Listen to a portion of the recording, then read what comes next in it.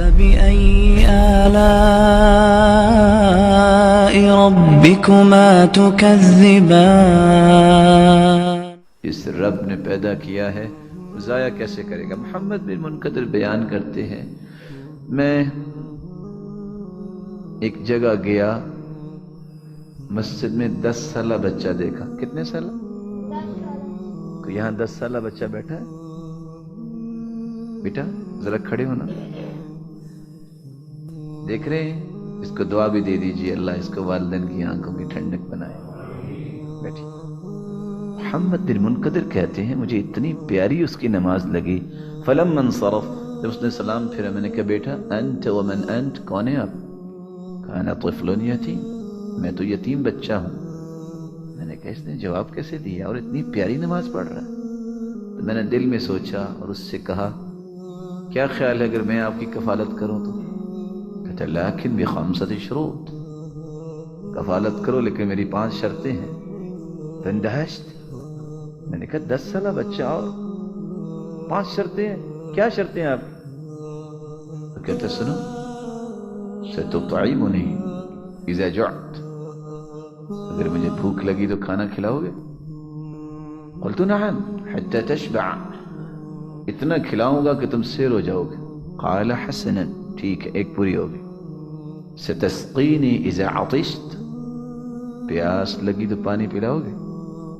قلت نعم حتی ترتوی، پلاؤں گا، تمہاری ضرورت ختم ہو جائے گی، تم سراب ہو جاؤ گے۔ قال حسنا، ٹھیک۔ تیسرا سوال کرتا ہے ستکسینی اذا عریت،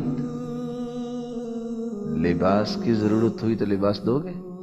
قلت نعم، خوبصورت لباس دوں گا۔ کہتے حسنا، ٹھیک۔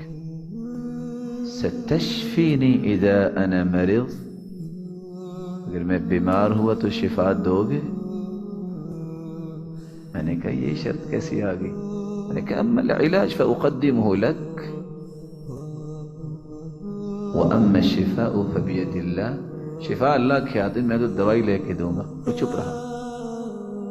پھر پوچھتا ہے ستحیینی اذا انا مت، اگر میں مر گیا تو زندہ کرو گے؟